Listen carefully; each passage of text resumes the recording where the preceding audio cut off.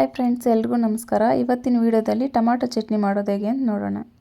ಮೊದಲನೇದಾಗಿ ಈರುಳ್ಳಿ, ಬೆಳ್ಳುಳ್ಳಿ, ಕರಿಬೇವು ಸೊಪ್ಪು, ಟೊಮಾಟೊ ಕಟ್ ಮಾಡಿ ಇಟ್ಕೋಬೇಕು.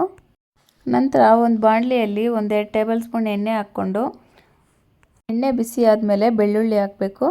ಬೆಳ್ಳುಳ್ಳಿ ಹಾಕಿ 1-2 ನಿಮಿಷ ಆದಮೇಲೆ ಕರಿಬೇವು ಸೊಪ್ಪು ಹಾಕಿ ನಂತರ ಈರುಳ್ಳಿ ಹಾಕಿ ಚೆನ್ನಾಗಿ ಬ್ರೌನ್ ಕಲರ್ ಬರೋವರೆಗೂ ಬೇಯಿಸ್ಕೋಬೇಕು.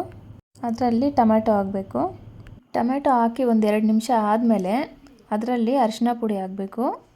ಒಂದು ಅರ್ಧ ಟೇಬಲ್ ಸ್ಪೂನು ಮೆಣಸಿನ ಪುಡಿ ಹಾಕಬೇಕು. ನಾವು ಬೇಕಂದರೆ ಒಣಗಿದ ಮೆಣಸಿನ್ಕಾಯಿ ಇದ್ದರೂ ಅದರಲ್ಲಿ ಹಾಕ್ಕೋಬೋದು. ಉಪ್ಪು ಒಂದು ಅರ್ಧ ಟೇಬಲ್ ಸ್ಪೂನ್ ಹಾಕಬೇಕು. ಅದೆಲ್ಲ ಹಾಕಿದ್ಮೇಲೆ 1-2 ನಿಮಿಷ ಬೇಯಿಸ್ಕೋಬೇಕು ಚೆನ್ನಾಗಿ. ತಣ್ಣಗಾದಮೇಲೆ ಮಿಕ್ಸಿ ಜಾರಲ್ಲಿ ಹಾಕಿ ಚೆನ್ನಾಗಿ ಪೇಸ್ಟ್ ಮಾಡ್ಕೋಬೇಕು. ನೀರು ಹಾಕಬಾರ್ದು. ಒಂದು ಬಾಣಲಿಯಲ್ಲಿ ಎಣ್ಣೆ, ಸಾಸಿವೆ, 1-2 ಟೇಬಲ್ ಸ್ಪೂನ್ ಎಣ್ಣೆ ಹಾಕಿ ಸಾಸಿವೆ ಹಾಕಿ ನಂತರ ಕರಿಬೇವು ಸೊಪ್ಪು ಹಾಕಬೇಕು.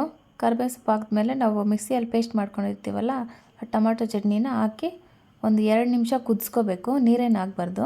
Tomato chutney ready. ಇಡ್ಲಿಗೆ ಮತ್ತು ಪಡ್ಡುಗೆ ತುಂಬ ಚೆನ್ನಾಗಿರುತ್ತೆ.